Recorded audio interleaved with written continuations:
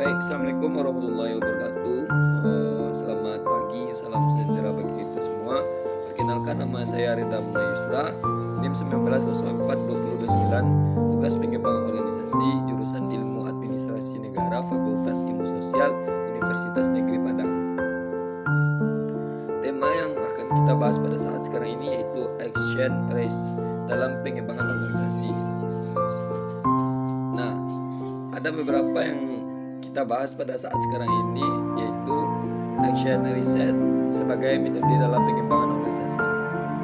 Yang pertama itu adalah konsep action reset, yang kedua itu adalah siklus action reflection, yang pertama itu plan, ACT, observasi, dan refleks.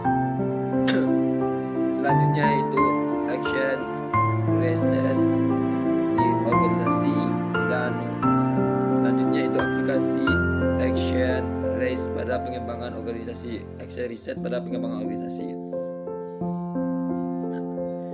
Sebelum jauh melangkah terhadap pembahasan kita saat pagi hari ini, kita harus mengetahui apa itu action reset.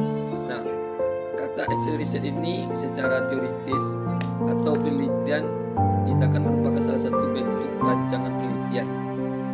Dalam penelitian, tindakan penelitian mendeskripsikan, menginterpretasi, dan menjelaskan suatu situasi sosial dengan melakukan perubahan atau intervensi dengan tujuan perbaikan dan partisipasi.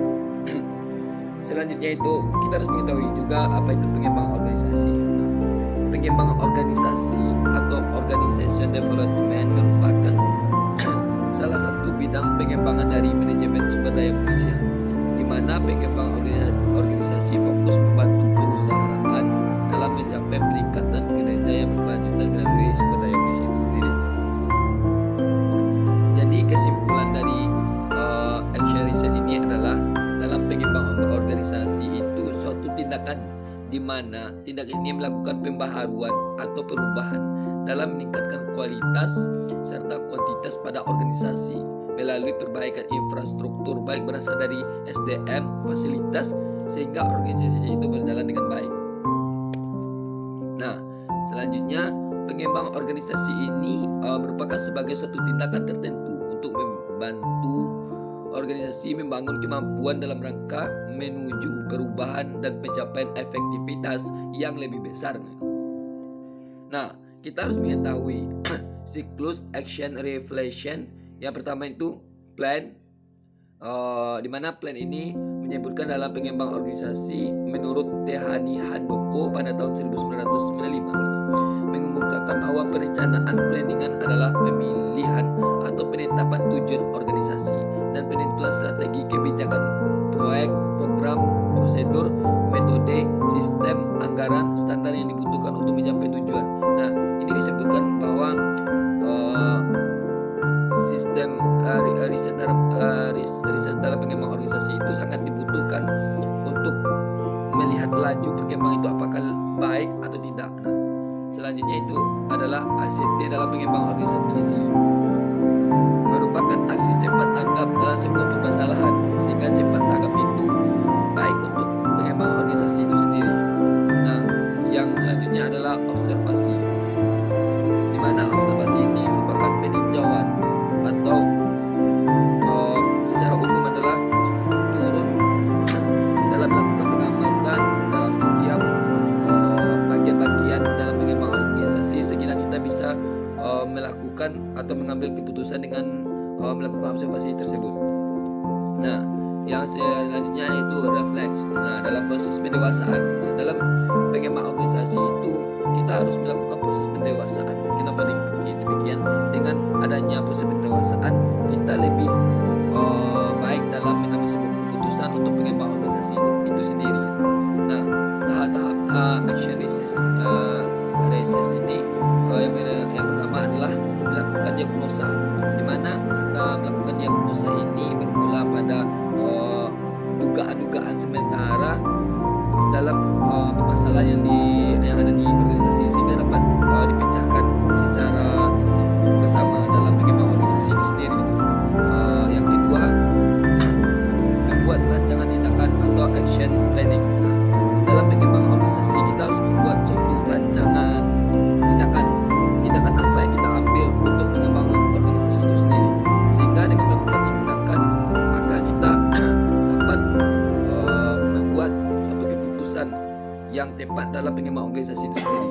Yang ketiga adalah melakukan tindakan. Ketika kita merencanakan tindakan itu kita otomatis melakukan tindakan. Di mana melakukan tindakan ini adalah melakukan secara nyata atau real dalam pengembangan organisasi itu sendiri, sehingga dengan melakukan tindakan itu akan membawa perubahan terhadap organisasi. Yang keempat adalah melakukan evaluasi.